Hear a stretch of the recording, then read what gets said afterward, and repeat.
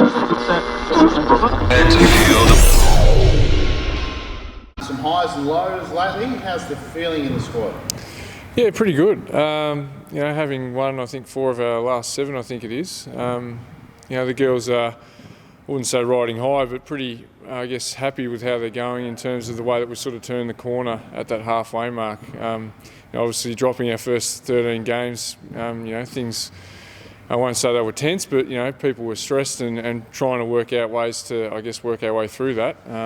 Thankfully, the girls have kept working and it's turned the corner, and I'm glad that they've got some reward for that hard work and the way that they've stuck to the task, irrespective of the results. You went 1-1 last weekend. What did you make of those 2 results?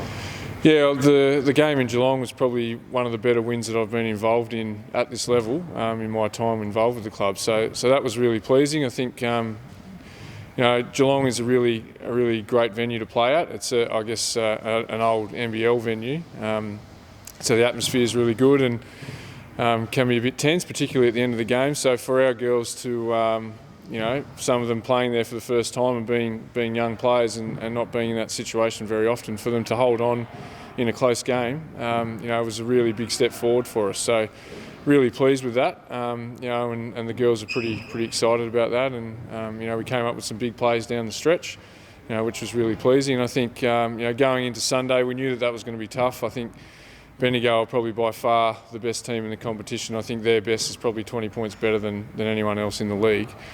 Didn't start the game that well, but I think from the latter part of the first quarter all the way through to the rest of the game, I think we competed really well, and I think we put up 80 odd points or something like that. Even though it was a significant loss, we really played hard and played that one out, and I think earned the respect of the Bendigo team and their coaches. Was it since? No, you go. Since the first win, and now you've got a few on the board, have you noticed a change in terms of belief? Has that manifested on the court in any way? People backing themselves in a bit more? Or? Yeah, definitely. And that process sort of started, I think, a couple of weeks before we got that first win.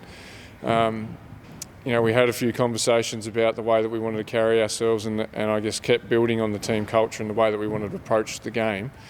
And I think that sort of channeled its way into that first win. I think we've just continued to grow from there. So there's a lot more belief, and the girls, as I've said, have done a really good job of sticking to the task all the way through and trying to play the way that we want to play and stick together. And as I said, it's great that now that's starting to convert to some wins, gives the girls some affirmation that is the right path and we're heading in the right direction.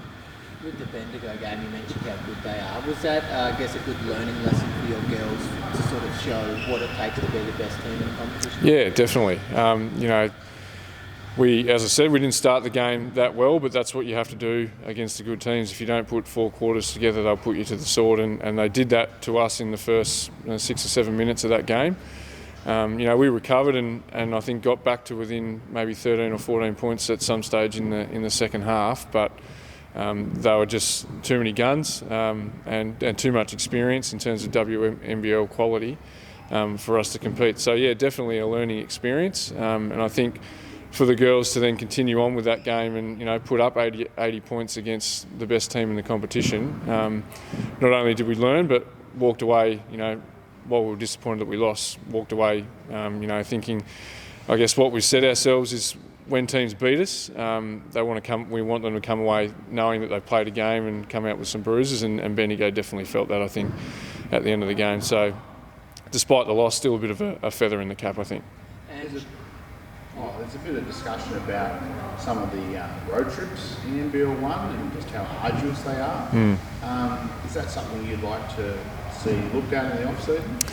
Definitely. I think our second half of the season has been a nightmare, to be honest, in terms of the travel we've done. And I think we've had 3 road trips plus put in there the double header at home. Our workload in the second half of the season has been probably unfair, to be honest. And then you put together with that, the difficulties that airlines are having at the moment getting people to places on time. I think all bar our flights on the weekend, every other trip we've been delayed by a couple of hours. And for the girls, That means on Saturday when you get to Victoria, you've literally got about half an hour's downtime before you get off the plane, get dressed and get to the stadium. So it's definitely something the league needs to look at.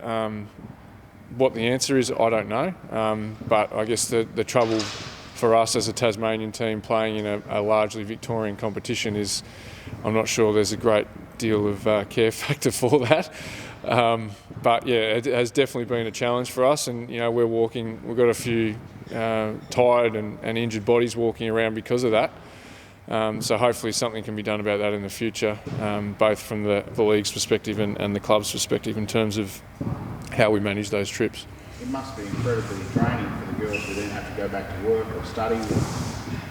Absolutely. Yeah, well, at the moment we've only got 2 players that don't have those commitments. So every other player in our squad is either at school or working a full-time job. So it is definitely a challenge. I know myself, I don't play the game, but I know on a Monday morning after a 2-game road trip, it's pretty hard to get out of bed on the Monday morning for work. So I definitely can understand how the players would be feeling physically, and it's a challenge that we have to work through. Is there, just to put a point on this one, is there an obvious solution in your mind? Obviously you can't move where people's stadiums are, but is it a matter of playing less games against some opponents, more games against ones that have less of a road trip, or what's the answer to this? I think it is a difficult one because I guess one of the major problems is there's so many teams in the NBL 1 at the moment. So even with that, right now there's a handful of teams that we only play once. So if you look at it that way, it could actually be worse if we extended it to a fully fledged schedule where you play everyone twice. The answer, I don't know, maybe looking at Friday, Saturday trips instead of Saturday, Sunday might buy some more time, but then you're on the road for an extra day. I really don't know, and to be honest, I haven't put a heap of thought to it. We've been that busy just trying to get to the games as it is, in terms of trying to manage that instead of actually thinking about solutions for that. But it's definitely something that needs to be looked at, and it's a concern, I suppose, when you're trying to manage bodies and workloads and work-life balance for some of these players, particularly younger players, trying to make their way in this league, that there is so much, I guess, travel and so many games in such a short span. Shana probably had her best 2 games on the weekend. Talk about the decision so she started coming off the bench, I think, after her finger injury, is that Yep. right? Talk about that decision and how you've seen her in that role. Look, to be honest, the decision to bring her off the bench in that first game was simply because she'd had basically 2 weeks off and hadn't been able to prepare, I guess, enough for us to play significant minutes. So our decision was based on the best way to utilise her was not to waste that first 6 or 7 minutes while the game's, at its quickest. And since then, it's actually worked out, I guess, better for the team in that we have more scoring punch now off the bench. We've been able to manage. Our starting group has, I guess, been able to manage the points load, and then we bring Shana in and it gives us another look. And obviously, I guess the way it's just worked out a better balance, I suppose, in terms of the way that we play our defence and offence. Having Shana come on as that scoring weapon. She's still playing, I think, in most games, 30, 35 minutes a game, so she's still very much a focal point to the way that we play. It's just worked out that way in terms of the way that we balance at the start of the game. And to be honest, in the past, that's kind of a strategy that I've employed in the past. We've even had import players coming off the bench for certain periods of the season for that very reason, that we want some scoring punch off the bench, and the way that we balance our offence seems to work that way. So that's really it for that. There's no real other reason for it. How has she taken that move to bench? Have you been impressed with her? Yeah, she's been fantastic, and to be honest, I think she's probably struggled in the first part of the season before that. I'm sure she would prefer starting, but I think it's really worked out well for her in terms of the way that she's played, and she's definitely accepted that role and taken to it. As I said, I'm sure she would prefer to be starting, but she recognises that at the moment that's the best thing for the team, and she's doing a great job in that role. And just one more from the Brains Trust on the travel stuff. Mount Gann is obviously a huge trip. Could it be that maybe a solution is that they play in a different roster? I mean, I know you don't want to tell other teams what to do, but would that make life a bit easier? Yeah, I mean, for us it would, but I think for them it doesn't really change because they're still that far away from like the South Australian teams anyhow. So looking at it that way, for us selfishly, yes, that would make things easier because it's a fair drive and we weren't able to fly there this year for the first time in I'm not sure how long. But yeah, for them, I don't think it makes too much of a difference because they're that far away from central South Australia as it is. So, selfishly we could say that, but I don't know that that's, looking at the overall picture, I don't think that that's probably the solution that the NBL one will go for. And just finally, I was talking to Sarah Beale probably a few months ago now. She said there was quite a lot of talk about the prospect of the Tasmanian WNBL team. Is that still going on? The chatter around the place? Oh, look, there's definitely chatter. I haven't been involved in any of those conversations, so I can't give you any info on it. But I've definitely heard that's on the radar, and where it's at, I'm not sure. But that'd be a fantastic, step forward for women's basketball in the state. To keep capitalising on that extra or additional participation that we're getting and the work that the Jack Jumpers have done on the men's side. And I guess the NBL 1 clubs as well doing their part. So it's, I think that's a natural progression for us as a state, and hopefully we can see that in the coming years. What do you make of Waverley this weekend? Look, it's another challenge for us in terms of a team, that's probably, a quality team within the top 8 of the competition, and some really, really high quality players in Bet Cole and Carly Mijovic, both WNBL talent. However, as I've said all along, and the same approach that we took into last weekend is, if we can bring it, for 4 quarters or close enough, we'll be in the game at the end of the game. And I think this week's no different. We certainly feel like this is a game that we can pinch and cause an upset. If we prepare the right way and come in with the right frame of mind. So, as we've done for this last half of the season, we'll be coming in with that mindset, and I think importantly for us, based on the second half of the season that we have, we don't want to have these last 3 weeks and just sort of drift away into the never, and sort of have the wheels fall off a little bit.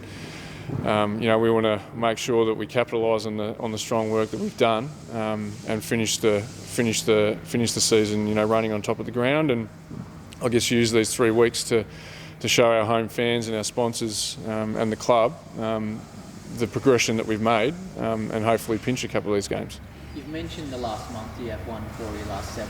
Do you look back now and think, geez, we could be in a hunt for a final spot if we'd done a few things different in the first half of the season, or do you feel that was just the reality of where the team was at and they weren't ready to maybe perform like they are now? Yeah, look, it's a bit of both. I do definitely look back and think if a couple of things had gone our way in a handful of games, that we probably, there were games where we were in a position to win and we let slip, based on a couple of unlucky things, or as you said, the team not being ready for certain situations, and we could definitely be, in the bottom half of the 8 right now.